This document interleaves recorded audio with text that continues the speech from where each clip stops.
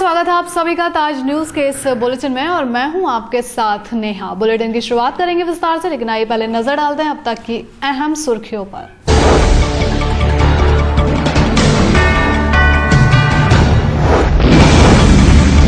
Tundla rally में धनगर समाज ने जताया सपा का आभार, कहा लोकसभा चुनाव में सपा के बगैर नहीं बनेगी किसी की सरकार।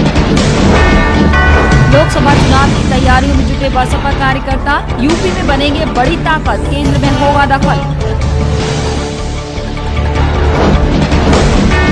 एसएन मेडिकल कॉलेज में बनेगी बर्न यूनिट, केंद्र सरकार ने दिए 3 करोड़ की धनराशि देने के आदेश।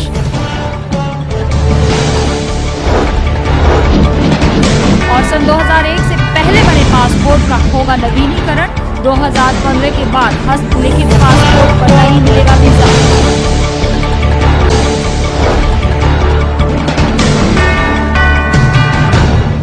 और अब समाचार विस्तार से। आगरा आए प्रमुख सचिव गृह अनिल कुमार गुप्ता ने स्थानीय अधिकारियों के साथ की बैठक, जिसमें उन्होंने स्थानीय अधिकारियों के साथ लॉ एंड ऑर्डर से संबंधित मुद्दों पर चर्चा की। इस मौके पर सूबे में होने वाली पुलिस भर्ती परीक्षा की तैयारियों पर भी उन्होंने खास बातचीत की और पुलिस व जिला प्रशासन से उनकी व्यवस्थाएं जानी। आगरा में अपने अल्प प्रवास के दौरान प्रदेश के प्रमुख सचिव गृह अनिल कुमार गुप्ता ने कुछ समय सर्किट हाउस में बिताया, जहां जिले के अधिकारियों ने उनकी आगवानी की। इस दौरान शहर से जुड़ी व्यवस्थाओं पर चर्चा हुई। डीएम जुहैर बिन सगीर ने बताया कि लॉ एंड ऑर्डर को लेकर भी उन्होंने गुफ्तगू की है। प्रमुख सचिव गृह साहब निजी कार्यक्रमों में आए हुए हैं आगरा, और उन्होंने सभी वरिष्ठ अधिकारियों से भेंट करी और यहाँ के जो मुझसे आईजी साहब से, डीआईजी साहब से, एसएसपी साहब से और अन्य अधिकारियों से वार्ता की, और उसमें जनरल लॉ एंड ऑर्डर की समीक्षा की गई है और सभी को निर्देश दिए गए हैं कि लॉ एंड ऑर्डर शहर का और जनपद का माकूल रहे, और इस पर हम लोग पहले से भी कार्यरत हैं और अब अधिक मुस्तैदी से काम करेंगे। मीडिया से मुखातिब हुए प्रमुख सचिव गृह ने बताया कि पूरे प्रदेश में 15 दिसंबर को होने वाली पुलिस भर्ती परीक्षा को लेकर शासन भी संजीदा है। दरअसल सूबे के ये बड़े अफसर एक निजी कार्यक्रम में हिस्सा लेने आगरा आए थे। अधिकारियों से मिलने के बाद सब परिवार अपने गंतव्य को रवाना हो गए।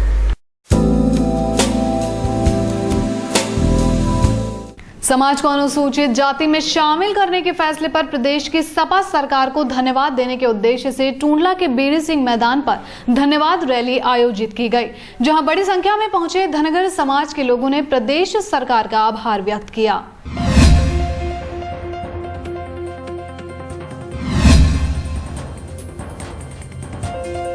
धनगर जाति को अनुसूचित जाति में शामिल करने के फैसले के बाद प्रदेश सरकार का धन्यवाद देने के लिए धनगर समाज द्वारा टूंडला के वीर सिंह मैदान पर धन्यवाद रैली का आयोजन किया गया। इस मौके पर मुख्य अतिथि के तौर पर आए सपा के प्रोफेसर रामगोपाल यादव रैली में उमड़ी भीड़ को देखकर गदगद हो गए। इस मौके पर धनगर समाज के नेताओं ने आगामी लोकसभा चुनाव में समाजवादी पार्टी के कर्ज को सूद समेत लौटाने की बात कही और कहा कि वो सपा को आगामी लोकसभा चुनावों में ज्यादा से ज्यादा सीटें जिताने का काम करेंगे। आगरा में लोकसभा प्रत्याशी के बदलाव की चर्चाओं के बीच ये रैली काफी अहम मानी जा रही है और सपा के राष्ट्रीय महासचिव रामजीलाल सुमन ने मंच से प्रोफेसर रामगोपाल यादव से धनगर समाज के सम्मान रखने की बात कहकर इस चर्चा को और बल दे दिया है। प्रोत्साहन कहने के बाद महाराज सिंह धनगर के नेतृत्व में हम सब लोगों को लेकर के मुख्यमंत्री जी से मिले थे। बाद में 500-700 लोग मुख्यमंत्री से मिले थे। उसमें जब विलम्ब हुआ तो प्रोफेसर साहब ने फिर बात की मुख्यमंत्री से। उसमें जो तकनीकी कमियां थी उनको दूर कराया। भारतीय जनता पार्टी, कांग्रेस पार्टी और बीएसपी के लोगों को इस सवाल पर बोलने का कोई अधिकार नहीं। धनगर समाज की धन्यवाद रैली में जन समूह को संबोधित करते हुए प्रोफेसर रामगोपाल यादव ने कहा कि सपा पूरी तरह धनगर समाज के साथ है। जहां भी उनको कोई परेशानी होती है वो उससे सीधा संपर्क कर सकते हैं। लिए अनुसूचित जाति के सर्टिफिकेट जारी होने से नौकरियों में और अन्य जो सुविधाएं जहां मिल सकती हैं उसमें बड़ा लाभ आपके समाज का होगा। इस समाज से मैं फिर एक बार अपील करना चाहूंगा कि चाहे मथुरा हो, अलीगढ़ हो, हाथरस हो, आगरा हो, फिरोजाबाद हो, इधर फर्रुखाबाद, कन्नौज, इटावा आसपास में है आपके, इन सारी जगहों पर संदेश भिजवा दीजिए, संदेश दे दीजिए, पूरे प्रदेश के लोगों को ही इसका लाभ मिलेगा।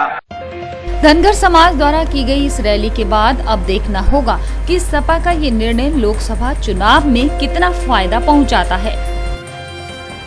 टूंडला के वीर सिंह मैदान पर धनगर समाज द्वारा आयोजित धन्यवाद रैली में उमड़े जनसमूह को देखकर प्रोफेसर रामगोपाल यादव गदगद नजर आए। यहां उन्होंने धनगर समाज को हर संभव मदद देने का आश्वासन भी दिया। कैमरा पर्सन बालूत्री मिश्रा के साथ साजिद, ताज न्यूज, आगरा। 10 दिसंबर को कमिश्नरी पर किसानों द्वारा किए गए प्रदर्शन के दौरान पुलिस द्वारा की गई कार्यवाही के बाद उन्हें जेल भेजने के विरोध में गुस्साए किसानों ने महापंचायत बुलाई, जिसे संबोधित करने के लिए भारतीय किसान यूनियन के नेता राकेश टिकैत भी पहुंचे, जिन्होंने किसानों के साथ कंधे से कंधा मिलाकर लड़ाई लड़ने की बात कही।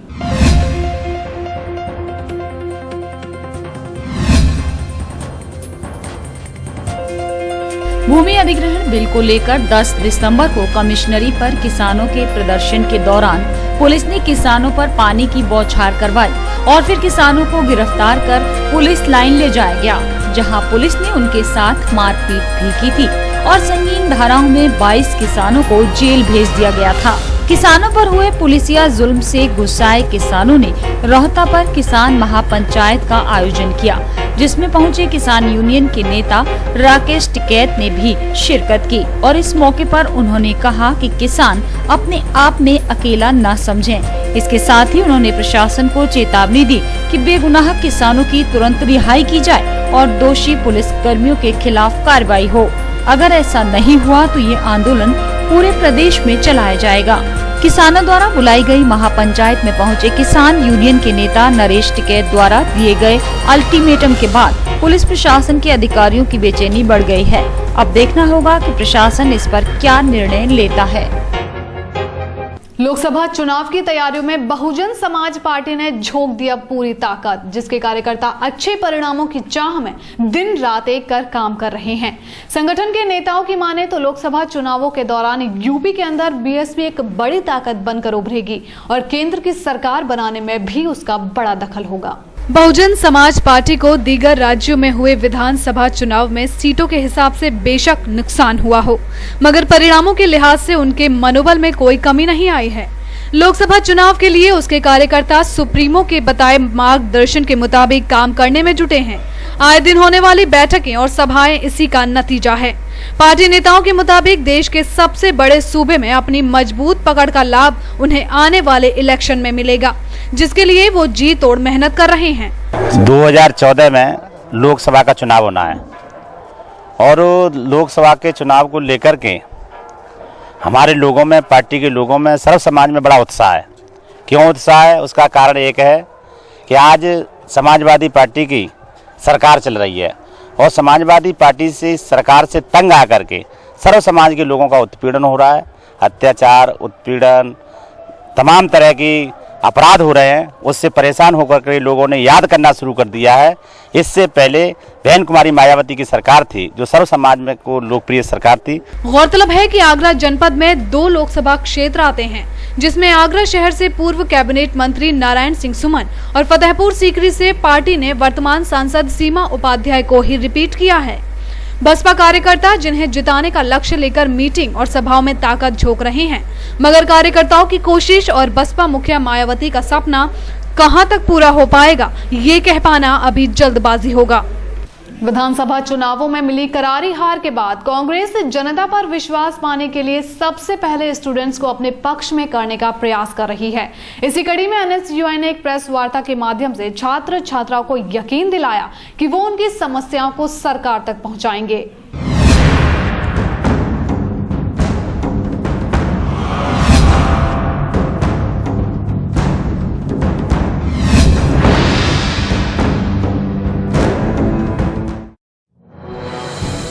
खंडारी स्थित NSUI के कार्यालय पर हुई प्रेस वार्ता को संबोधित करते हुए NSUI के साथ राष्ट्रीय सचिव फिरोज खान ने बताया कि हम अब बनेंगे स्टूडेंट की आवाज। वे छात्रों को होने वाली परेशानियों को दूर करने के लिए एक फॉर्म की लॉन्चिंग कर रहे हैं, जिसे स्टूडेंट अपने ही कॉलेज में भरकर हमारे कैंप में जमा करा सकते हैं, फिर चाहे परेशानी कोई भी क्यों ना हो। साथ ही हम स्टूडेंट की समस्याओं को दूर करने के लिए पंचायतें भी लगाएंगे, जिसमें विश्वविद्यालय के अधिकारियों के साथ स्टूडेंट की समस्या पर चर्चा की जाएगी ताकि समस्याओं का निदान जल्द से जल्द किया जा सके। लोकसभा इलेक्शन 2014 का जो कांग्रेस का मैनिफेस्टो होगा उसमें स्टूडेंट्स की क्या भागीदारी होगी, उस चीज को लेकर हमने एक मैनिफेस्टो तैयार किया। एक फॉर्म है, इसके पीछे आप देखेंगे, इसके पीछे फॉर्म है जो NSUI college to college university लेकर इस फॉर्म को उन स्टूडेंट्स को देगी और उनकी जो भी सजेशंस होगी, जो भी व्यूज होंगे वो हम जाके उसको बाद में जो भी बेटर होगा उसको मैनिफेस्टो में इंक्लूड किया जाएगा। इसके अलावा हमने www.nsui का जो हमारा ऑफिशियल वेबसाइट है उस पर हमने पोर्टल बनाया, वेब पोर्टल बनाया है। डायरेक्टली स्टूडेंट्स ऑनलाइन जाके उसको पब्लिश कर सकते हैं, फेसबुक पे हैं, ट्विटर पे हैं। और अगर स्टूडेंट की कोई भी डिमांड कांग्रेस के मैनिफेस्टो या किसी भी पार्टी के मैनिफेस्टो में आती है तो वो मैं नहीं बोलता, वो इंडिया का हाईएस्ट अथॉरिटी बोलता है, सुप्रीम कोर्ट करना और उसको पूरी करनी है। इस प्रेस वार्ता में कांग्रेस कमेटी के शहर अध्यक्ष शब्बीर अब्बास भी मौजूद रहे। उन्होंने NSUI के इस प्रयास की जमकर तारीफ की और मीडिया से भी संगठन के सहयोग की अपील की ताकि संगठन को मजबूत बनाया जा सके। कि छात्रों की समस्या को लेकर उन्होंने इसको अपना जो सन 2014 का जो चुनाव है, घोषणा पत्र हमेशा कांग्रेस पार्टी जारी करती है और घोषणा पत्र के आधार पर ही हम लोग चुनाव में जाते हैं। इस बार हम छात्रों की समस्या और जो युवा, खास तौर से जो युवा है, उसकी समस्या को भी इस घोषणा पत्र में शामिल करेंगे, चाहे उसको रोजगार की समस्या हो, चाहे उसकी जो यूनिवर्सिटी की समस्या हो। समस्याएं भी बड़ी हैं। लेकिन अब गौर करने वाली बात यह है कि दिल्ली यूनिवर्सिटी में हुए छात्र संघ चुनावों में NSUI की हार पर ये कांग्रेसी कुछ नहीं बोले, जबकि दिल्ली में कांग्रेस की ही सरकार है। तो क्या ऐसे हालातों में कांग्रेस शहर के स्टूडेंट्स का कुछ भला कर पाएगी? ये भी एक बड़ा सवाल है। जिलाधिकारी जोहेर बिन सगीर ने पिछले महीने सभी RTO और प्रशासन के साथ MG रोड को जाम मुक्त करने के लिए एक विचार बैठक बुलाई थी, जिसको अब मूर्त रूप दिया जा रहा है। इसकी शुरुआत प्रतापपुरा स्थित अशफाक उल्लाह खां चौराहे से की जा रही है, जिसे 14 दिसंबर से वन वे कर दिया गया है।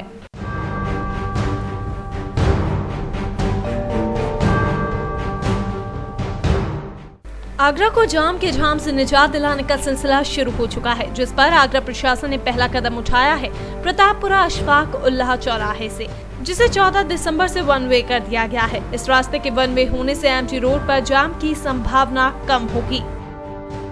प्रतापपुरा चौराहे के बाद ये दूसरा कट हुआ करता था, जिस पर ज्यादातर जाम की स्थिति बनी रहती थी, जिसे अब वन वे कर दिया गया है ताकि वाहन प्रतापपुरा चौराहे की ओर जाने के लिए प्रधान डाकघर से होकर मुड़ेंगे। अब किसी भी वाहन को एक दूसरे के सामने से क्रॉस नहीं करना पड़ेगा। अभी लॉरीज होटल्स है जो एंथनी स्कूल तक जो रोड जा रही है, उसको वन वे कर दिया गया है और वन वे होते हुए फिर वो राउंड सर्किल लेते हुए मॉल रोड से और फिर वो देवीराम वाली जो रोड है प्रतापपुरा चौराहे से उस तक वन वे हो गया है टोटल ट्रैफिक। तो इससे यात्रियों को बहुत सुविधा मिल रही है और उनको जाम फेस नहीं करना पड़ रहा है उस एरिया में। वहाँ पे जो दुकानें बनी हैं उनसे उन्होंने कुछ अतिक्रमण भी कर रखा है, उनकी गाड़ियाँ भी खड़ी हैं और वो गाड़ियों को तत्काल हटवाया जा रहा है और अगर वो नहीं हटाते हैं या फिर वो रोड पे अतिक्रमण करते हैं तो उनसे हर्जाना भी वसूला जाएगा। जिलाधिकारी आगरा का कहना है कि धीरे धीरे पूरे शहर में जाम लगने वाली जगहों को चिन्हित करके उन्हें या तो वन वे कर दिया जाएगा या फिर वहां कोई और व्यवस्था की जाएगी। साथ ही कुछ जगहों पर फुटओवर ब्रिज की भी व्यवस्था की जाएगी ताकि पैदल चलने वाले लोगों को सड़क पार करने में परेशानी न हो। हाईवे खंडारी चौराहे के जाम पर भी विचार चल रहा है, जिसे NH के साथ मिलकर जल्द ही सुलझाया जाएगा। फिलहाल अशफाक उल्लाह खां चौराहे पर एक ही दिन में रास्ता वन वे होने से MG रोड पर काफी राहत दिखी गई। अगर पूरे MG रोड पर इस समस्याओं का समाधान हो गया तो इस शहर की धड़कन कही जाने वाली MG रोड कभी भी नहीं थमेगी।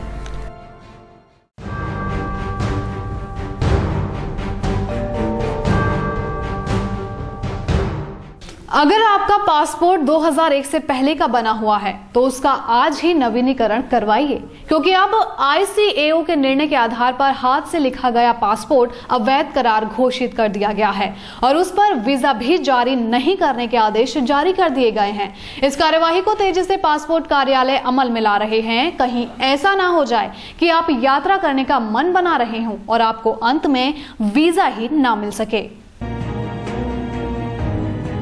ICAO अंतर्राष्ट्रीय नगर विमानन संगठन ने फैसला लिया है कि अब 2001 से पहले हाथ से लिखे गए पासपोर्ट पर विदेश जाने के लिए वीजा हरगिज नहीं मिलेगा। सिर्फ कंप्यूटर से तैयार पासपोर्ट ही चलेंगे। जाहिर है इस फैसले के बाद वर्ष 2001 से पहले के जारी सभी पासपोर्ट चलन से बाहर हो जाएंगे। ICAO का ये निर्णय सभी पासपोर्ट कार्यालयों में जारी हो गया, जिस पर पासपोर्ट अधिकारियों ने काम शुरू कर दिया है। फैसले पर ICAO ने कहा है कि चेकिंग मशीन पुराने पासपोर्ट्स को पढ़ने में अक्षम साबित हो रही है।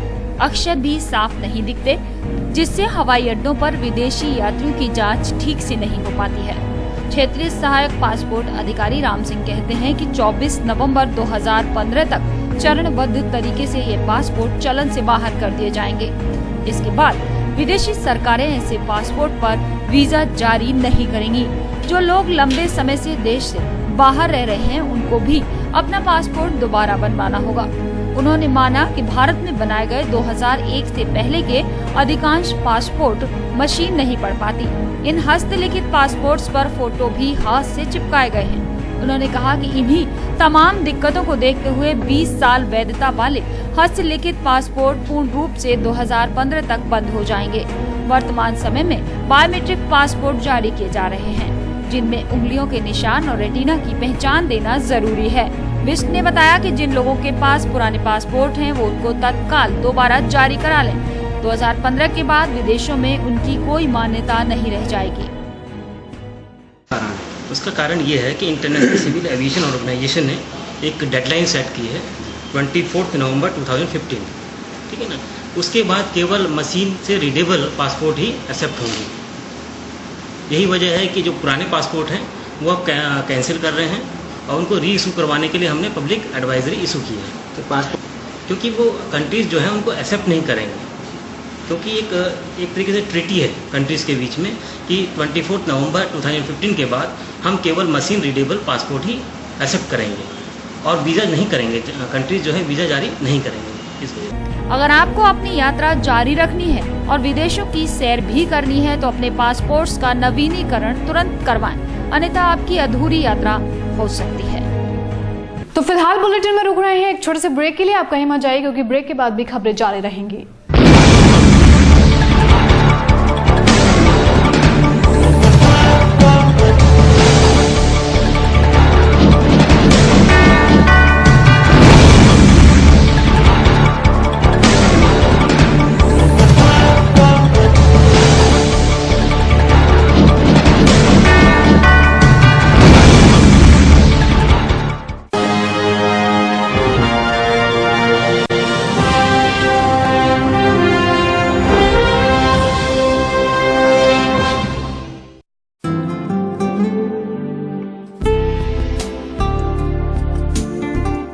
सरल हुआ, सुगम हुआ नया विद्युत संयोजन। अब टोरन पावर में नया विद्युत संयोजन का आवेदन करना और भी सरल हुआ। आप निम्नलिखित दस्तावेजों के साथ हमारे किसी भी ग्राहक सेवा केंद्र में संपर्क करें और शीघ्र नया संयोजन पाएं, जैसे ग्राहक द्वारा भरा हुआ आवेदन पत्र, परीक्षण पत्र, लाइसेंस, विद्युत ठेकेदार द्वारा प्रमाणित आवेदक का एक पासपोर्ट साइज फोटो, पहचान पत्र की प्रतिलिपि, यदि उपभोक्ता गरीबी रेखा के अंतर्गत है तो BPL राशन कार्ड की प्रतिलिपि।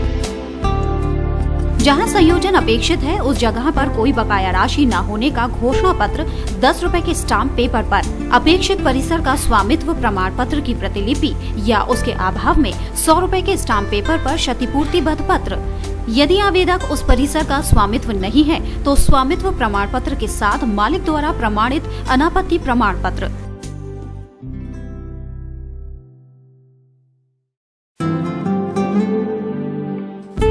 हमारे ग्राहक सेवा केंद्र का पता है पूर्वानंद प्लाजा राम रघु हॉस्पिटल के सामने चर्च रोड आगरा, 49 सदर बाजार शिवहरी रोड शॉपिंग आर्केड के सामने आगरा और 286 जयपुर हाउस एडीए कार्यालय के निकट आगरा। हमारा हेल्पलाइन नंबर है 0562 2424 554।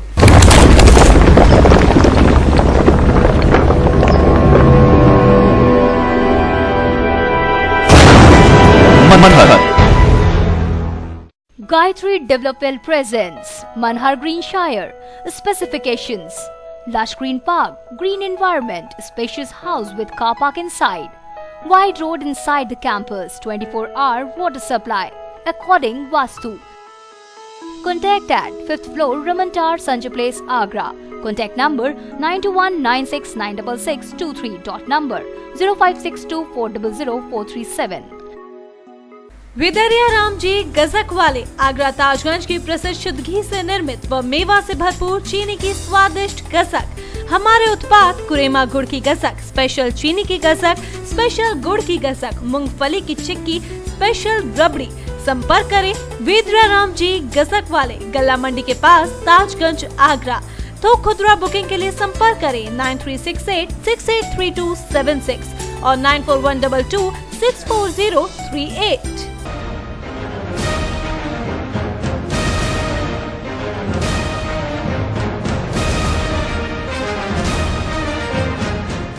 दिनेश स्टील, ये स्टील की जोत है जो अपनी रोशनी दूर तक बिखेर रही है। जो अंतराग्नि 50 साल पहले जली थी, एक नई राह चलकर फिर से एक नया दौर, एक नया जमाना लाएगा। Steel Authority of India Limited, Dinesh steel, Khatena road, Loha Mandi, Agra. Mobile number 9319055814 and phone number 0562400972।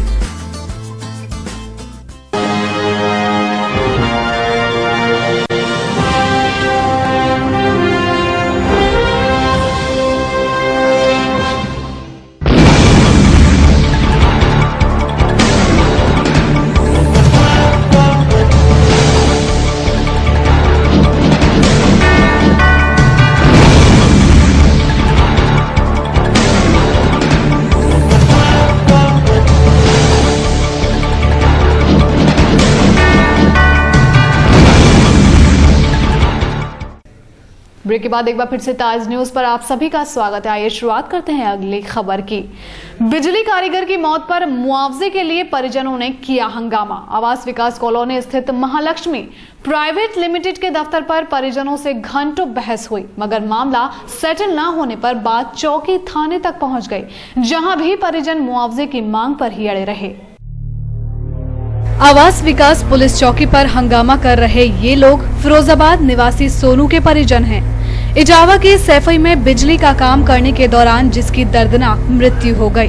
परिजनों ने बताया कि सोनू सेक्टर 3 स्थित Mahalakshmi infra power private limited company में काम करता था। उनकी माने तो ठेकेदार की लापरवाही से उसकी जान चली गई और मुआवजे की बात पर कंपनी प्रबंधन ने हाथ खड़े कर दिए हैं। मैं करता हूँ, राजगिरी करता हूँ। लड़का मेरा बिजली का काम करने गया था, ठेकेदार लेवा के ले गए थे। वहाँ पर मेरे पास फ़ोन करा उसने कि पापा मैं आज आ रहा हूँ। अब वहाँ से आया नहीं है। फिर मैंने देखा शाम को 7 बजे फ़ोन लगाया नहीं है। मन से फिर सवेरे खबरें आई है कि बिजली पर से गिर चुका। तो वहाँ से फिर आई है, फिर दूसरी जगह फ़ोन करा किसी ने, तो फिर जी आई है कि आगरा भर्ती है। हम लोग फिर से भी आगरा आए हैं। फिर आगरा देखा तो भर्ती मिला है हमको। Limited Mahalakshmi power limited company की कस्टडी में सोनू नाम का एक लड़का काम करता था। वहाँ सुपरवाइजर से उस लड़के ने अपने पैसों की मांग की। मैं अपने बच्चों के पास जा रहा हूँ, मेरे बच्चों की आर्थिक स्थिति खराब है, वहाँ पैसे देने मुझे। मेरी घरवाली का फ़ोन आया है, मगर वहाँ के सुपरवाइजर अनिल ने ये कहा कि पहले ये काम कर जा तू और उसके बाद तू घर चला जाना, मैं आपको पैसे दे दूँगा। गौरतलब है कि इस कंपनी को सैफई में बिजली के काम का ठेका मिला था, जिसके लिए कंपनी के लोग वहां भेजे गए थे। सोनू भी उनके साथ था, मगर 2 बच्चों का पिता जरा सी लापरवाही के चलते काल के गाल में समा गया। उसकी मौत से साथी सहयोगियों में भी नाराजगी है, जिन्होंने मुआवजे की मांग की है। थाना इत्मादुद्दौला के ट्रांस यमुना कॉलोनी के एक घर में उस वक्त कोहराम मच गया जब बच्चों ने अपनी मां को पंखे से लटका हुआ देखा। बच्चों की चीख पुकार सुनकर परिवार के लोग भी उसी कमरे में आ गए जहां महिला ने खुद को फांसी लगाई थी। सूचना पर पहुंची पुलिस ने शव को अपने कब्जे में लेकर आत्महत्या के कारणों की जांच अब शुरू कर दी है।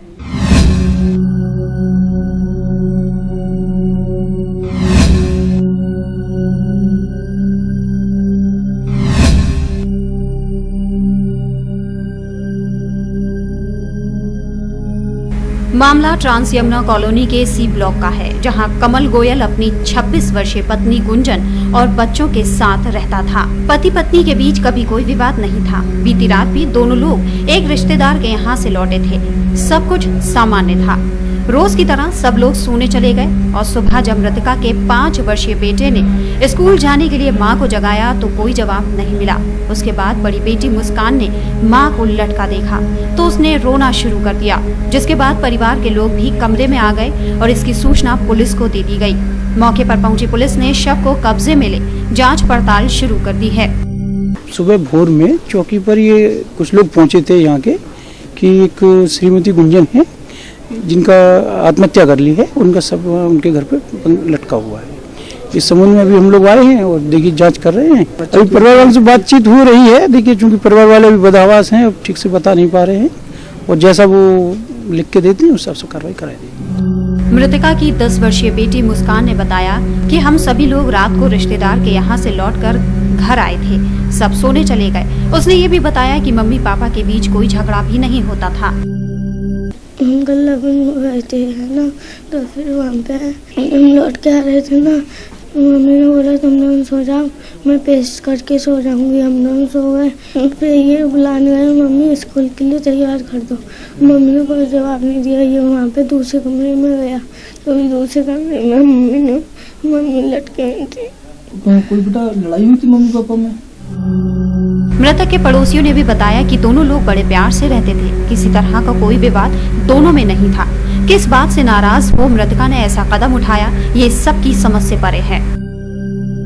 मामले में कुछ नहीं है। इनके प्रोग्राम था, ये सब लोग रात को शादी के प्रोग्राम में गए थे बुआ जी के, वहाँ से लौट के आए हैं। उसके बाद बच्चों को इन्हें सुला दिया है और उसके बाद इनके दिमाग में क्या बात थी, क्या वजह बनी, वो अभी तक कोई दिमाग में नहीं आ रही है। और जबकि कमल तो घर में ही नहीं थे, कमल सुबह आए हैं जब उनको खबर लगी है। उसके बच्चे ने नीचे शोर मचाया गली में कॉलोनी में आके, तब जाके लोगों को मालूम पड़ी कि ये इन्हें कदम उठा लिया है। अभी इन दोनों में बहुत विशेष प्रेम था। सभी लोग जानते हैं, कॉलोनी के लोग, बाजार के लोग, सभी लोग ये जानते हैं कि इन दोनों में कभी कोई किसी बात को लेकर तू मैं नहीं हुई। परिवार ही नहीं, आस पड़ोस के लोग भी महिला के उठाए इस कदम से सकते में हैं। कोई नहीं समझ पा रहा कि आखिर महिला ने आत्महत्या क्यों की। बहरहाल पुलिस मामले की जांच में जुटी है। सरोजिनी नायडू मेडिकल कॉलेज में 3 करोड़ की लागत से बर्न यूनिट बनेगी। केंद्र सरकार ने धनराशि अवमुक्त कर शीघ्र निर्माण के आदेश दिए हैं। 80 बेड वाले बर्न यूनिट में अत्याधुनिक सुविधाएं भी मौजूद होंगी। सरोजिनी नायडू मेडिकल कॉलेज में केंद्र सरकार की संस्तुति पर बर्न यूनिट बनाई जाएगी। इस यूनिट के निर्माण के लिए सरकार ने 3 करोड़ रुपए भी स्वीकृत कर दिए हैं। मेडिकल कॉलेज की बर्न यूनिट अत्याधुनिक चिकित्सा सुविधाओं से युक्त होगी। मेडिकल कॉलेज के प्राचार्य डॉक्टर अजय अग्रवाल के मुताबिक इस यूनिट के लिए अतिरिक्त मेडिकल स्टाफ की भी भर्ती की जाएगी। 80 बेड वाले इस बर्न यूनिट में आईसीयू से लेकर ओटी तक की बेहतरीन सुविधाएं होंगी। मेडिकल कॉलेज में समय कोई प्लास्टिक सर्जन न होने की वजह से बर्न यूनिट बंद पड़ी हुई है। देखिए, हम एक हमारे सेंट्रल गवर्नमेंट की एक स्कीम है, उसके अंतर्गत हमें बर्न यूनिट के लिए 3 करोड़ रुपया से लगभग ज़्यादा ही मिलने वाला है, जिसमें बिल्डिंग का खर्चा अलग है और स्टाफ के लिए अलग से सैलरी वगैरह के लिए अलग से मिलने वाला है। तो वो उसका प्रपोजल हमने शासन को भेज दिया और मोस्ट लाइकली वो भी हमारा स्वीकृत हो जाएगा। तो एक बर्न यूनिट या तो हम बिल्कुल अलग बनाएंगे या जो हमारा ऑलरेडी एक वार्ड था 15-16 बेड का, उसको रेनोवेट कर लेंगे, बिल्कुल उसको बना देंगे। तो ये 2 चीज़ें हैं और उसके लिए हमें स्टाफ और उस सब एस्टेब्लिशमेंट के लिए बिल्डिंग तक के लिए पूरा फंड मिलेगा। सेंट्रल गवर्नमेंट की स्कीम है और स्टेट गवर्नमेंट के द्वारा हमें प्रोवाइड की जाएगी। एसएन मेडिकल कॉलेज में कई वर्षों से डॉक्टर राहुल सहाय के सेवानिवृत्त होने के बाद प्लास्टिक सर्जन नहीं है। कॉलेज प्राचार्य के मुताबिक बर्न यूनिट बनने से आगरा सहित आसपास के लोगों को फायदा होगा। अगर सब कुछ ठीक रहा तो अब जिले भर के मरीजों को और जिले भर के आसपास के मरीजों को भटकना नहीं पड़ेगा। अग्निकांड की घटनाओं में घायल हुए मरीजों को कॉलेज जल्द ही सुविधाएं मुहैया कराने लगेगा। मेडिकल कॉलेज के आग्रह पर केंद्र सरकार ने यूपी के किसी मेडिकल कॉलेज के लिए इतनी बड़ी धनराशि दी है। अत्याधुनिक चिकित्सा सुविधा और सुलभ स्वास्थ्य की दुहाई देने वाले जिला अस्पताल में पीने तक का पानी नहीं है। अस्पताल में लाखों की लागत से वाटर ट्रीटमेंट प्लांट बना दिया गया, लेकिन उसका कोई फायदा मरीजों को नहीं मिल रहा, क्योंकि ये वाटर प्लांट महीनों से बंद पड़ा हुआ है। अगर आप जिला अस्पताल में अपने किसी मरीज को दिखाने जा रहे हैं तो पानी की बोतल अपने साथ लेकर जाएं। 80 बेड वाले जिला अस्पताल में मरीजों के लिए पीने तक का पानी नहीं है। अस्पताल परिसर में लाखों रुपयों की लागत से आरओ वाटर प्लांट लगाया गया था, लेकिन आज तक ये प्लांट चालू नहीं हुआ।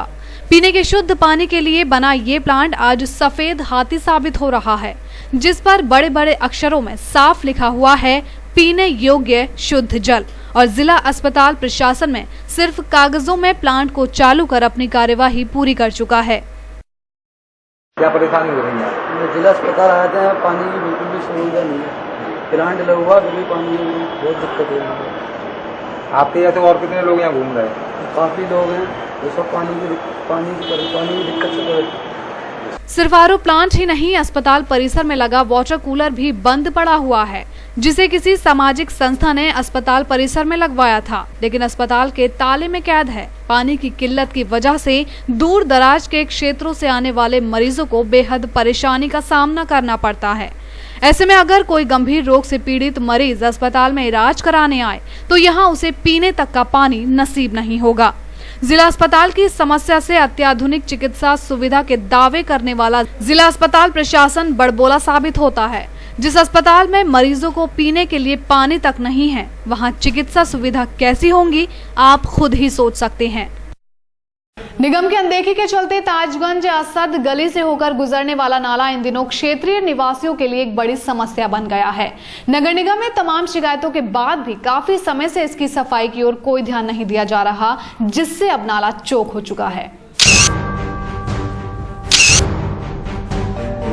ताजगंज असद गली के क्षेत्रीय निवासियों का जीवन इन दिनों नारकीय परिस्थिति से होकर गुजर रहा है, जिसका पूरा दोष नगर निगम को आता है। दरअसल असद गली से होकर एक नाला गुजरता है, जिसकी सफाई निगम ने काफी समय से नहीं कराई है। क्षेत्रीय निवासियों ने इस समस्या की शिकायत कई बार नगर निगम में की थी, जिस ओर निगम अधिकारियों ने शायद देखना भी गवारा नहीं समझा। फिलहाल निगम की अनदेखी का आलम ये है कि असद गली से होकर गुजरने वाला नाला चौक पड़ा है, जिसमें मरे हुए जानवरों के शव डाल दिए जाते हैं, जिसकी बदबू लोगों को सांस लेने में भी परेशानी खड़ी कर रही है। यहाँ नाले की इतना गंदगी, सारे जानवर सारे लोग मरे हुए हैं यहाँ पर, और इतनी परेशानी, सब लोग बीमार हो गए हैं, बच्चे भी बीमार हैं यहाँ पर, और बिल्कुल भी कोई देखभाल नहीं है। लोग फोन करते हैं हम लोग नेताओं के पास में, नेता लोग आते नहीं है बिल्कुल भी। हमारा पूरा मकान गिर गया इस नाले की वजह से, कोई देखभाल नहीं हुई। हाँ, नेता एक बार आया, फिर दोबारा कोई आया ही नहीं। क्या चाहते हैं हम ये चाहते हैं कि नाले की दीवार बने, फिर अपना मकान बनाए। हम छोटे छोटे हमारे बच्चे हैं। क्षेत्रीय निवासियों ने नगर निगम की अनसुनी कार्यवाही को देखते हुए अपना रुख क्षेत्रीय पार्षद की ओर भी किया, लेकिन वो भी इस ओर कोई कदम उठाने के लिए असमर्थ नजर आए। नाले की है, नाले में काफी महीनों से नाला रुका पड़ा हुआ है, साइडों में बाउंड्री नहीं है, जरा सी रास्ता निकलने खड़ने में काफी दिक्कतें होती हैं। नगर निगम का कार्य शहर में सफाई व्यवस्था को दुरुस्त बनाए रखना है, ताकि शहर और शहर वासियों को किसी तरह की समस्या ना होने पाए, लेकिन शायद आगरा नगर निगम इस जानकारी को भूल चुका है, जिसका खामियाजा क्षेत्रीय लोगों को उठाना पड़ रहा है। असद गली के निवासियों का कहना है कि अगर जल्द ही इस नाले की सफाई नहीं कराई गई तो सभी क्षेत्रीय निवासी मिलकर ताजपुर गेट पर धरना प्रदर्शन करेंगे। जूते के साथ आगरा के प्रसिद्ध पेठा व्यवसायी अपने क्षेत्र की दुर्दशा को लेकर बेहद चिंतित हैं, क्योंकि पेठा मंडी नूरी दरवाजे की सड़कें बद से बदतर हो चुकी हैं, जिसके कारण हर रोज यहां कोई ना कोई बड़ा हादसा होता ही रहता है। क्षेत्रीय व्यापारियों ने इस क्षेत्र में फैली समस्याओं के कारण शासन व प्रशासन के खिलाफ गहरा रोष व्यक्त किया।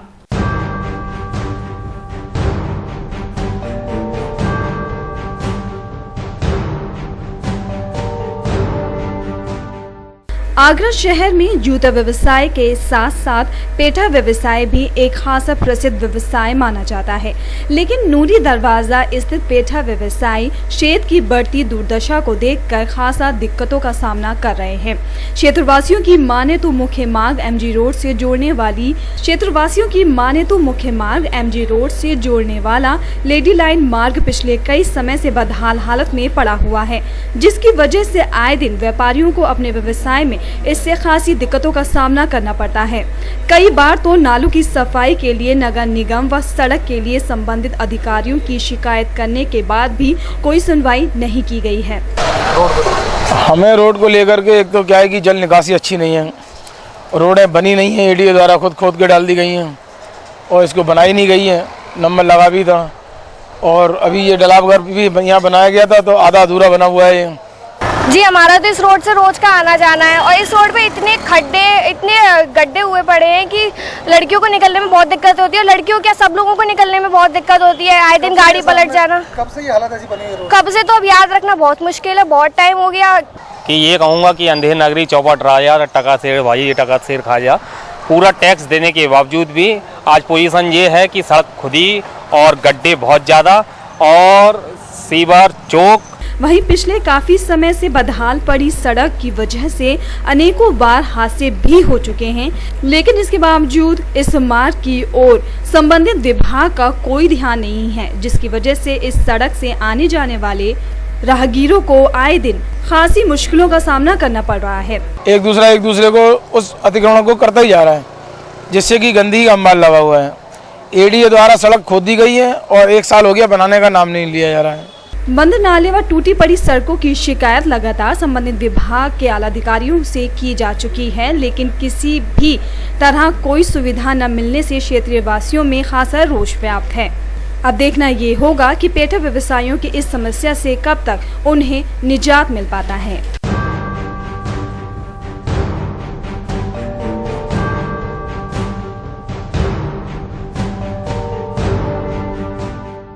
शाहजहां पार्क को पर्यटक स्थल बनाने के लिए सुंदर व मनमोहक रूप अब दिया जा रहा है। इसकी सुंदरता को और बढ़ाने के लिए जिलाधिकारी ने यहां एक झील का निर्माण कराने का प्रस्ताव भी बनाया है, जो इस वक्त एक गड्ढे के रूप में परिवर्तित होकर इस पार्क की सुंदरता में बट्टा लगा रहा है। शाहजहां पार्क में सूखी पड़ी ये झील भविष्य में इस पार्क की सुंदरता में 4 चांद लगा सकती थी, जो अपने असली रूप में आने से पहले ही कागजी कार्रवाई के चलते अधर में लटक गई है। जिस झील की शुरुआत खुद जिलाधिकारी आगरा की दिलचस्पी के चलते हुई थी, अब वही झील डीएम साहब के लिए प्रस्तावित राशि न होने का बखान कर रही है। कि शाहजहां पार्क की जो झील लगभग तैयार है और उसमें 2 प्रॉब्लम्स आ रही थी। एक तो उसका जो घाट है, जो उसकी बाउंड्री है उस तालाब की, वो कच्ची मिट्टी की थी, उसको पक्की करा दिया गया है ताकि उसमें से डिसिल्टिंग ना हो, मिट्टी ना गिरे तालाब के अंदर। और दूसरा ये है कि जो तालाब का फर्श है वो पक्का करने की बात है ताकि पानी सोख ना जाए नीचे जमीन में।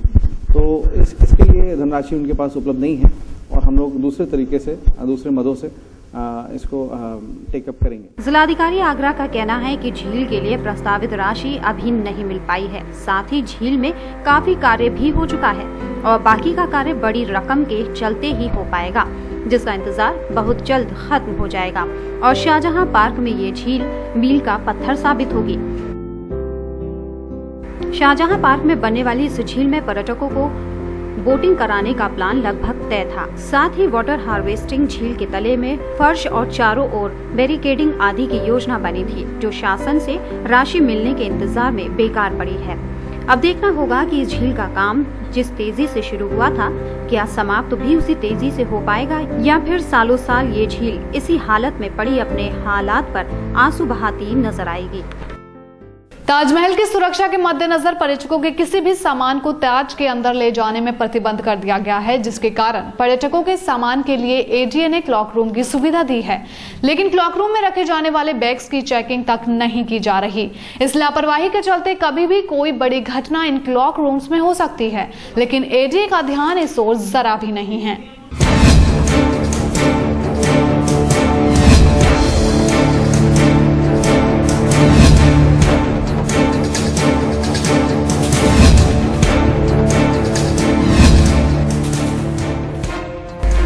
शहर की सुरक्षा के लिए जहां एक तरफ सुरक्षा व्यवस्था कड़ी रखी जाती है, तो वहीं नए नए नियमों की शुरुआत भी की जाती रही है। ताजमहल के पूर्वी गेट पर बने अमानत सामान घर ने ताज की सुरक्षा पर बड़ा सवाल खड़ा कर दिया है। ताज को निहारने आने वाले पर्यटकों के सामान रखने के लिए बना क्लॉक रूम, जिसमें 10 से 20 रुपए में लोग अपना सामान रख बेखौफ हो जाते हैं। वहीं पर्यटक तो अपना सामान रखकर ताज निहारने चले जाते हैं, लेकिन इस क्लॉक रूम में मौजूद किसी भी कर्मचारी के पास इतना भी समय नहीं है कि वो पर्यटकों के सामान को जांच ले कि इसमें आखिर कुछ ऐसा तो नहीं जिससे कि ताज को नुकसान हो सकता हो। हैरानी की बात तो यह है कि कभी भी कोई भी बड़ा हादसा हो सकता है, लेकिन जिन लोगों पर ताज की सुरक्षा की जिम्मेदारी है, उनको इस बात से कोई परवाह ही नहीं। तो बुलेटिन में फिलहाल वक्त है एक और छोटे से ब्रेक का।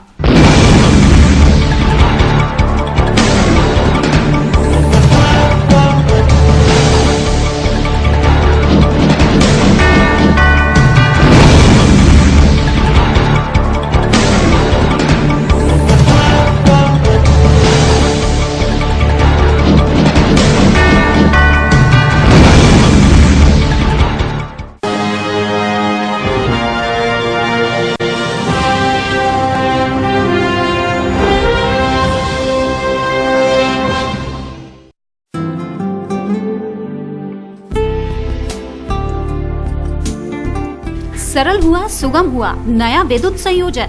अब टोरन पावर में नया विद्युत संयोजन का आवेदन करना और भी सरल हुआ।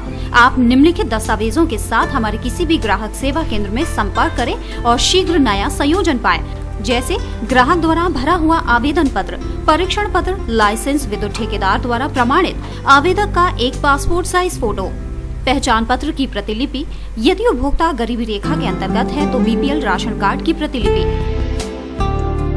जहां संयोजन अपेक्षित है उस जगह पर कोई बकाया राशि न होने का घोषणा पत्र 10 रुपए के स्टाम्प पेपर पर, अपेक्षित परिसर का स्वामित्व प्रमाण पत्र की प्रतिलिपि या उसके अभाव में 100 रुपए के स्टाम्प पेपर पर क्षतिपूर्तिबद्ध पत्र। यदि आवेदक उस परिसर का स्वामित्व नहीं है तो स्वामित्व प्रमाण पत्र के साथ मालिक द्वारा प्रमाणित अनापत्ति प्रमाण पत्र।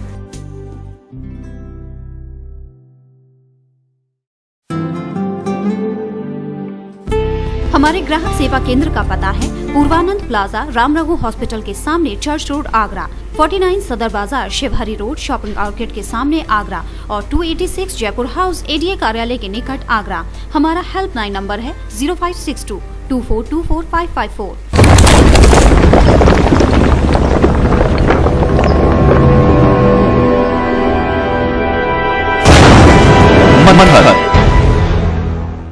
Gayatri Development presents Manhar Green Shire. Specifications: lush green park, green environment, spacious house with car park inside, wide road inside the campus, 24-hour water supply, according Vastu. Contact at 5th floor, Ramantar, Sanjay Place, Agra. Contact number 9219696623. Dot number 0562400437. विदरिया Ram ji गजक वाले आगरा ताजगंज की प्रसिद्ध शुद्ध घी से निर्मित व मेवा से भरपूर चीनी की स्वादिष्ट गजक। हमारे उत्पाद कुरेमा गुड़ की गजक, स्पेशल चीनी की गजक, स्पेशल गुड़ की गजक, मूंगफली की चिक्की, स्पेशल रबड़ी। संपर्क करें विदरिया राम जी गजक वाले, गल्ला मंडी के पास, ताजगंज, आगरा। तो खुदरा बुकिंग के लिए संपर्क करें 9368683276 और 9412 64038।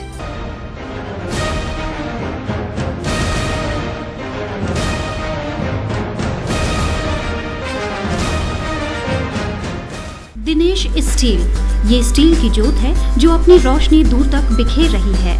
जो अंतराग्नि 50 साल पहले जली थी, एक नई राह चलकर फिर से एक नया दौर, एक नया जमाना लाएगा। Steel Authority of India Limited, Dinesh steel, Khatena road, Loha Mandi, Agra. Mobile number 9319055814 and phone number 0562400972।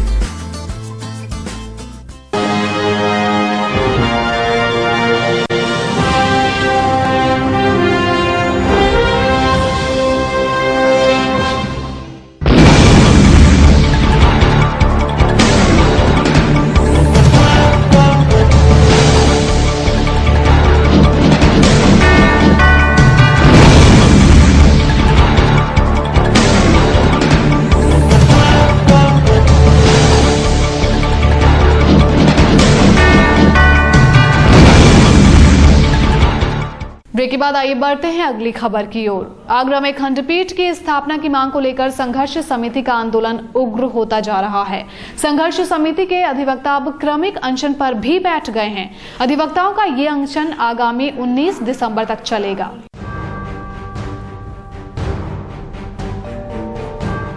उच्च न्यायालय खंडपीठ की स्थापना के लिए अधिवक्ताओं का आंदोलन अब तेज होने लगा है। अधिवक्ता पिछले 5 दिसंबर से खंडपीठ की मांग को लेकर न्यायिक कार्य से विरत चल रहे हैं, जिसकी वजह से अदालतों में न्याय कार्य भी नहीं हो पा रहा है। हाईकोर्ट बेंच की मांग को लेकर संघर्ष समिति के अधिवक्ता अरुण सोलंकी अनिश्चितकालीन अनशन पर बैठ गए हैं। उनके साथ कई अन्य वकील भी क्रमिक अनशन कर रहे हैं। ये आंदोलन करीब पिछले 35 वर्षों से चल रहा है और समय समय पर हम ये प्रदर्शन, धरना और सबको अनशन करते रहे हैं। 20 तारीख को हम प्रधानमंत्री निवास पर वहाँ पर घेराव करेंगे प्रधानमंत्री का, और इसकी तैयारी के लिए पूर्व बेला में हम लोग अनशन पर बैठ करके जनता को, राजनीतिक दलों को, सांस्कृतिक संगठनों को, विश्वविद्यालय के छात्रों को, Agra college, RBS college, saint John's और पूरे पश्चिमी उत्तर प्रदेश की जनता को आह्वान कर रहे हैं अनशन करके कि आइए इस महायज्ञ में आप शामिल होइए और 20 तारीख के कार्यक्रम को सफल बनाइए। बताया कि हमारे ये खंडपीठ के लिए बहुत लंबा पुराना आंदोलन चल रहा है और आज से हम अनिश्चितकालीन अनशन पर बैठ गए हैं और जो 20 तारीख का जो प्रधानमंत्री निवास को घेरने का कार्यक्रम है उसकी तैयारी लिखी 17 तारीख को एक हमने वाहन रैली का भी आयोजन रखा है और सभी राजनीतिक दलों के साथ साथ सभी सामाजिक और छात्र संगठनों से हमारी ये अपील है कि 20 तारीख के कार्यक्रम को सफल बनाएं।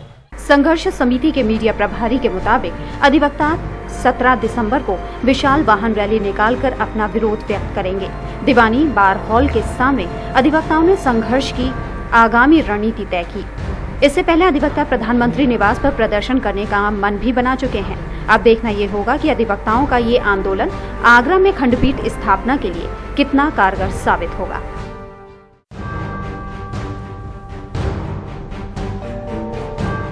उर्स के मुबारक मौके पर बैंडबाजों के साथ अबुल उलाई शेख कमेटी के बैनर तले चादर जुलूस निकाला गया।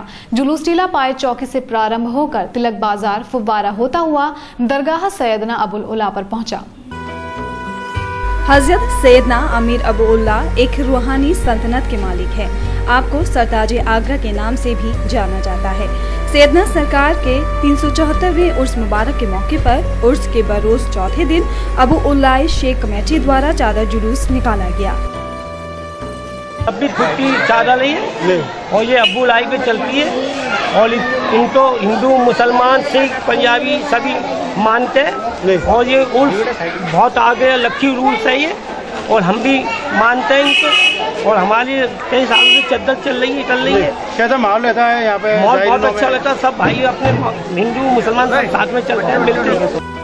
वहीं दोपहर 2 बजे से टीला पाए चौकी से चादर जुलूस का आगाज किया गया, जो तिलक बाजार, सेवला बाजार, फुव्वारा, हॉस्पिटल रोड, गुड़ की मंडी, घटिया आजम खां, पीर कल्याणी, सुल्तानगंज की पुलिया होता हुआ दरगाह सैयदना अबू उल्ला रहमतुल्लाह दरगाह तक शाम तकरीबन 6 बजे तक पहुंचा।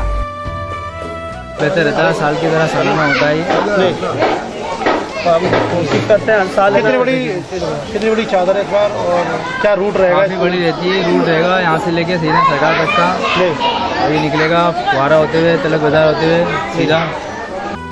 चादरपोशी के दौरान हाजी तालिब शहजाद, मोहम्मद जमील, इमरान अहमद के साथ साथ काफी लोग मौजूद रहे। सभी ने देश में अमन व चैन की दुआ भी मांगी। माथुर वैश्य भवन में चेतना सेवा समिति द्वारा रविवार को 8वां सर्व समाज सर्वजातीय सामूहिक विवाह का आयोजन किया जा रहा है, जिसके चलते शनिवार को माथुर वैश्य भवन में ही मेहंदी, हल्दी, संगीत का आयोजन किया गया। विवाह समारोह में 51 जोड़े परिणय सूत्र में बंधेंगे।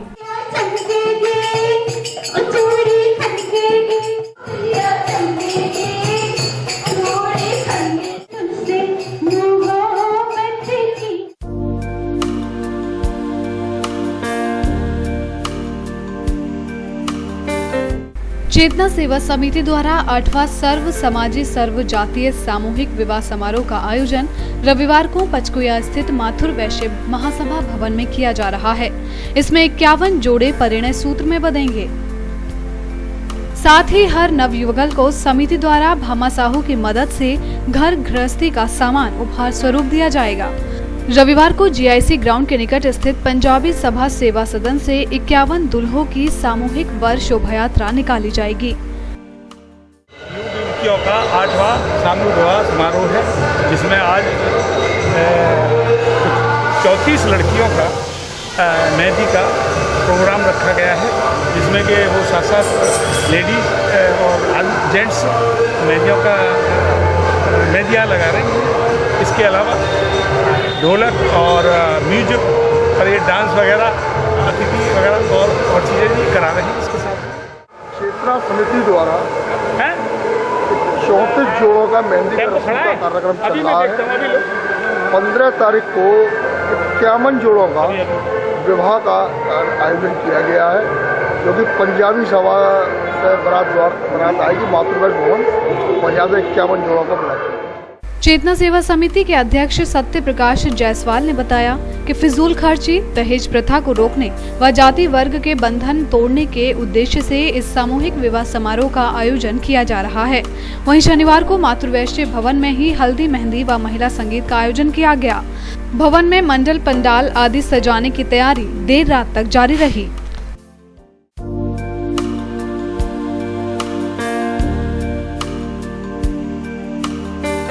रेस्पेक्ट एज इंटरनेशनल संस्था के तत्वाधान में निशुल्क प्रोस्टेट ग्लैंड ऑपरेशन कैंप का आयोजन किया गया। पुष्पांजलि अस्पताल में लगे कैंप में 50 से ज्यादा बुजुर्गों ने अपने रजिस्ट्रेशन कराकर जांच करवाई।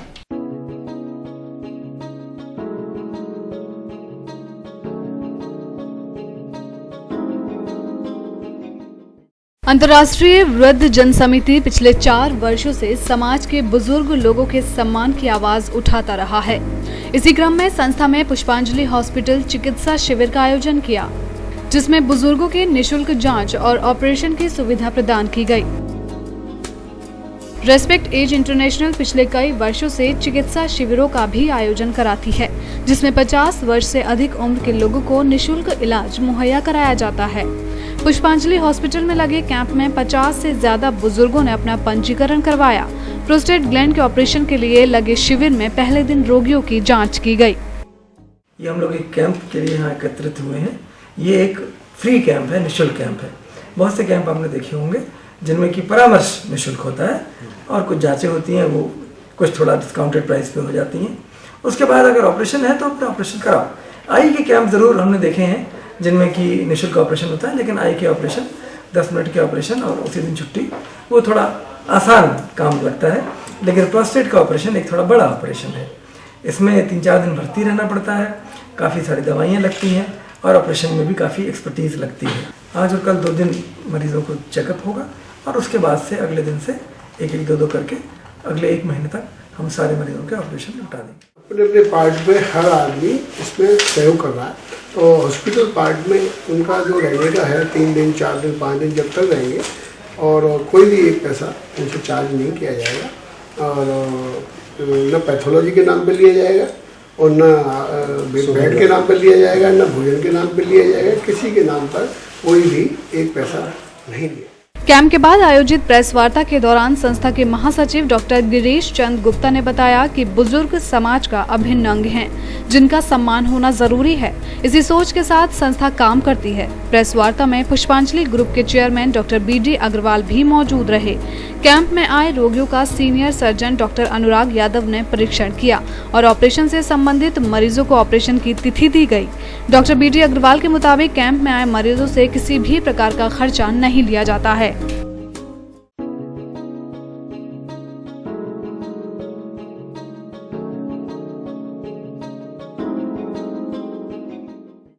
जगन्नाथ रथ यात्रा महोत्सव समिति सर्दी के मौसम में गरीब लोगों को राहत दिलाने के लिए वस्त्र एकत्रीकरण कार्यक्रम चला रही है, जिसके चलते समिति के संजय प्लेस कार्यालय पर कई लोगों ने वस्त्र दान किए। श्री जगन्नाथ रथ यात्रा महोत्सव समिति द्वारा शीत ऋतु के चलते समाज के गरीब लोगों के लिए वस्त्र वितरण का कार्यक्रम किया जाएगा। समिति के लोगों ने शहर भर के लोगों से गर्म कपड़े एकत्रित करने का कार्यक्रम चलाया। संजय प्लेस स्थित समिति के कार्यालय पर इसका शुभारंभ किया गया। वस्त्र एकत्रीकरण का एक कार्यक्रम आगामी 3 दिनों तक विभिन्न जगहों पर चलाया जाएगा। ऐसा है कि हम लोग अगर देखें तो हम लोग के घर में आवश्यकता से ऊपर हर घर में अलमारी में, बक्से में कपड़े रहते। ये हमारा इस बार एक सोच था कि हम एक ऐसा कार्यक्रम यहाँ करें ताकि जो हमारे परिवार हैं, जो लोग हैं, जिनके घर में अच्छे कपड़े हैं, यूज क्लॉथ हैं, जो लोग नहीं पहनते, छोटे हुए या मन मर गया, वो लोग कपड़े हमको दें। कुछ लोग नए कपड़े भी दे गए हैं यहाँ पे। तो वो आगे सर्दियों का मौसम आ रहा है, जो बच्चे, जो लोग गरीब लोग रहते हैं, जरूरतमंद है, उनको हम कपड़े डिस्ट्रीब्यूट करें ताकि हमारे घर में जो चीज़ इस्तेमाल नहीं आ रही, कम से कम किसी का तन ढके, उसकी सर्दी दूर हो। ये ऐसा हमारा प्रयास है, वो हमने करने की कोशिश की। कार्यक्रम के मौके पर समिति के पदाधिकारी हिरेन अग्रवाल ने बताया कि नर सेवा ही नारायण सेवा है। सर्दी के मौसम में हर वर्ष सैकड़ों लोगों की मृत्यु हो जाती है। समिति समाज के असहाय निर्धन लोगों को इस प्रकोप से बचाना चाहती है, इसलिए शहर भर के लोगों से अपने पुराने गर्म वस्त्रों को दान करने की समिति ने अपील की है। 25 दिसंबर को देश भर में मनाए जाने वाले प्रभु ईसा मसीह के खास दिन क्रिसमस को लेकर ईसाई समाज ने तैयारियां अब शुरू कर दी हैं। इसी कड़ी में सेंट पीटर्स चर्च से कई भव्य झांकियों के माध्यम से शोभा यात्रा निकाली गई। क्रिसमस के लिए जैसे हम लोग दिवाली से पहले तैयारी शुरू कर देते हैं, वैसे क्रिसमस में ये लोग शुरू करते हैं। क्या क्या इसमें ये लोग पूरा ये लेके निकलेंगे, पूरा शहर में रौनक होगी इसके क्रिसमस की धूम और ये सब। दिल्ली में सरकार बनाने के लिए आम आदमी पार्टी के नेता अरविंद केजरीवाल ने मुश्किल शर्तें रखकर गेंद कांग्रेस और बीजेपी के पाले में डाल दी है। उपराज्यपाल नजीब जंग से मुलाकात के बाद केजरीवाल ने कहा कि मैंने दोनों राष्ट्रीय पार्टियों कांग्रेस और बीजेपी के अध्यक्षों से चिट्ठी लिखकर 17 मुद्दों पर उनकी राय मांगी है। उन्होंने कहा कि इन मुद्दों पर दोनों पार्टियों का जवाब मिलने के बाद जनता से राय लेंगे और फिर जनता कहेगी तो सरकार बनाएंगे।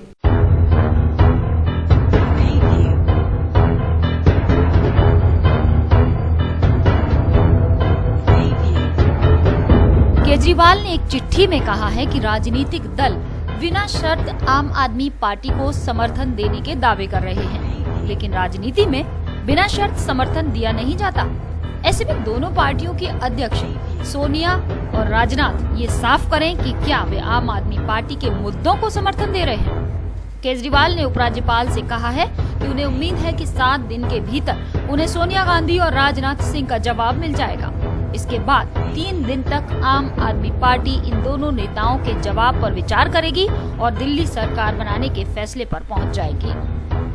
इससे पहले कांग्रेस ने शुक्रवार को आपको बिना शर्त बाहर से समर्थन देने की चिट्ठी उपराज्यपाल को भेज दी थी। जेडीयू के एकमात्र विधायक शोएब इकबाल ने भी उपराज्यपाल नजीब जंग को चिट्ठी लिखकर आपको समर्थन देने का ऐलान कर दिया। गौरतलब है कि बीजेपी के नेता डॉक्टर हर्षवर्धन द्वारा सरकार बनाने से इनकार करने के बाद उपराज्यपाल नजीब जंग ने आपके नेता केजरीवाल को सरकार बनाने का न्योता दिया था। उपराज्यपाल से मिलने के बाद केजरीवाल ने कहा उपराज्यपाल ने बीजेपी को सरकार बनाने के लिए बुलाया था। बहुमत से सिर्फ 4 सीटें बीजेपी के पास कम थी, लेकिन भारतीय जनता पार्टी ने कहा कि वो खरीद फरोख्त की राजनीति में विश्वास नहीं करती। हालांकि ये बात गले नहीं उतरती कि बीजेपी खरीद फरोख्त में कब से विश्वास नहीं करती, क्योंकि इससे पहले जनता को मालूम है कि कब कब भारतीय जनता पार्टी ने ये रवैया अपनाया है। यहाँ सिर्फ 4 सीट कम होने पर अगर बीजेपी चाहती तो खरीद सकती थी, लेकिन बीजेपी का खरीद फरोख्त से इनकार करना आपकी एक बड़ी चीज है। केजरीवाल ने कहा है कि हम इसके लिए तैयार बैठे थे और पहले से फैसला कर लिया था कि किसी का समर्थन लेकर सरकार नहीं बनाएंगे, चाहे कांग्रेस हो या बीजेपी। ये बेहद स्वार्थी पार्टी हैं और हम इनकी नीयत को जनता के सामने बेनकाब करेंगे। अरविंद केजरीवाल ने कहा है कि सोनिया गांधी और राजनाथ को चिट्ठी लिखकर 17-18 मुद्दों पर उनका मत मांगा है। इन दोनों पार्टियों को स्पष्ट जवाब देना होगा और इसके बाद मुद्दों पर सरकार बनाने का फैसला होगा।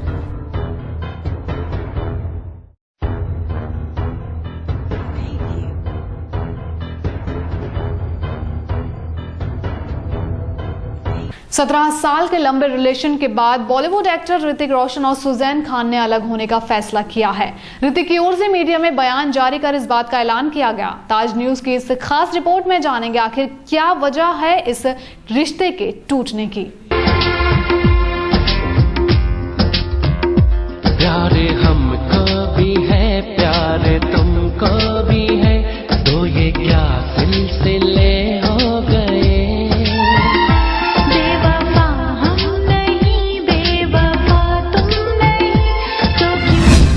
17 साल के संबंधों में पड़ी दरार। मामला कहीं पति पत्नी और वो का तो नहीं, 13 साल की शादी होगी खत्म। बॉलीवुड की मशहूर जोड़ी ऋतिक सुजैन ले रहे हैं तलाक। दोनों बच्चों पर क्या पड़ेगा असर? ऋतिक और सुजैन पिछले 17 साल से एक दूसरे को बहुत ही नजदीकी से जानते थे और 13 साल पहले दोनों की शादी हुई थी। आखिर इतने लंबे दाम्पत्य जीवन को निभाने वाले इस जोड़े को अलग होने की क्या जरूरत महसूस हुई? कहीं इस दूरी के पीछे आमतौर पर मुख्य कारण होने वाला वही पुराना राग तो नहीं, पति पत्नी और वो का? अगर सूत्रों की माने तो सुजैन और बॉलीवुड एक्टर अर्जुन रामपाल के बीच बढ़ती नजदीकी दोनों के तलाक के पीछे की एक अहम वजह है। सुनने में तो ये भी है कि सुजैन के पेरेंट्स इस मुद्दे पर अर्जुन रामपाल से बात भी कर चुके हैं।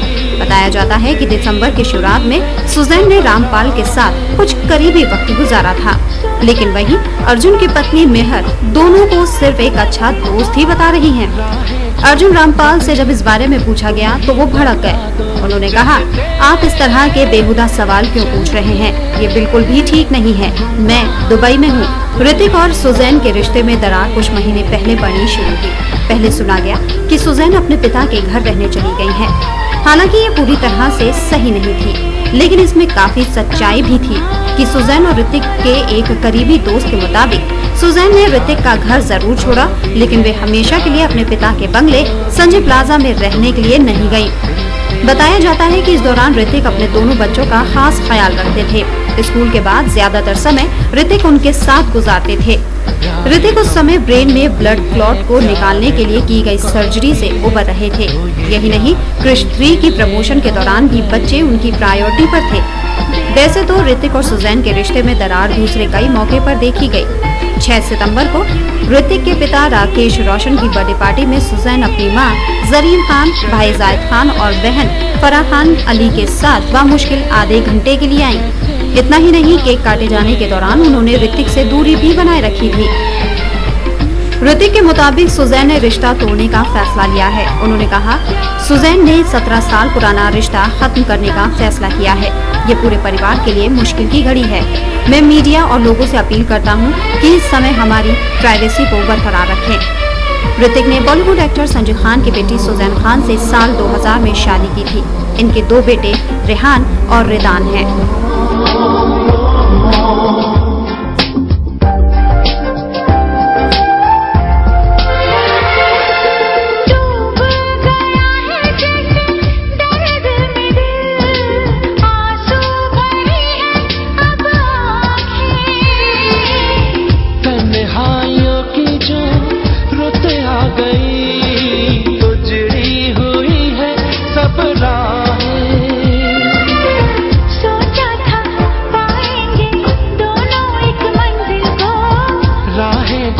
बदली तो तुम ही बता दो। चलते चलते तुम कहाँ काफिले हो गए।